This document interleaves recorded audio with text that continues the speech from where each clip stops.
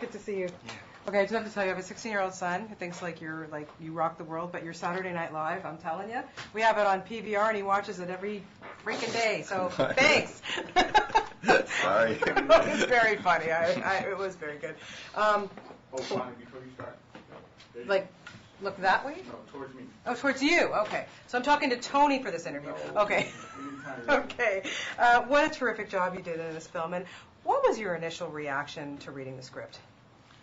Well, I pursued this movie before I even read the script. You know, I'm a huge Gus Van Sant fan. I mean, he's just, from the beginning till now, I mean, I just love everything he does. Yeah. And then when I heard he was doing this movie, I surprisingly and sadly, I didn't know who Harvey Milk really was. And then after researching it a little bit, realized what an important story it was to tell, and then also just how important it was to Gus. You know, he's been trying to make it for 12 years or so. And so, without reading a script, I wrote him an email and just said, I hear you're doing this project. I'll do anything to be a part of it. Not knowing anything about what roles were available or anything. Because then I understand the script, you read something and then the script kind of changed a little bit, didn't it? Well, so then he gave me, we met and he offered me the role of Scott, and, you know, I was so overjoyed and you know, of course accepted immediately. And then in the first script I read, there were a couple love scenes. Okay, and then I read a later script.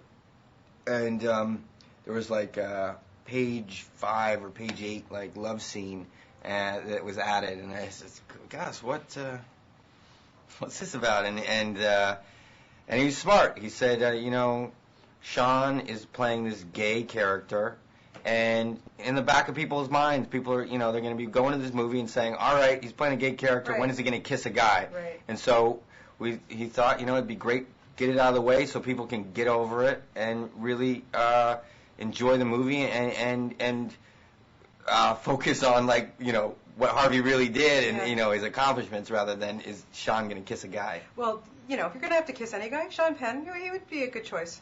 Yeah? Yeah, I think so. I totally think so. He's one of my favorite actors. Hello? Me too. Dude, you get to kiss Sean Penn. Who cares? Who cares? He did a great job, honest to God. Do you think that Harvey Milk was a hero? Of course. I mean, yeah.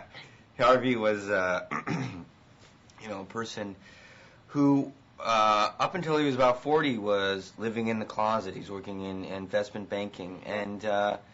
And he realized that he didn't want to live that way anymore. He didn't want to have to hide anymore. And so he first came out, and then he moved to San Francisco and started, you know, living in a way that he wanted to and freely, and then got so tired and frustrated with discrimination and the fact that nobody was, you know, doing something about it, that he just stood up, you know, and ran for office, you know, not knowing anything really about politics. And so he made it, you know, he made a change. So he did. He paved the way to what we see today.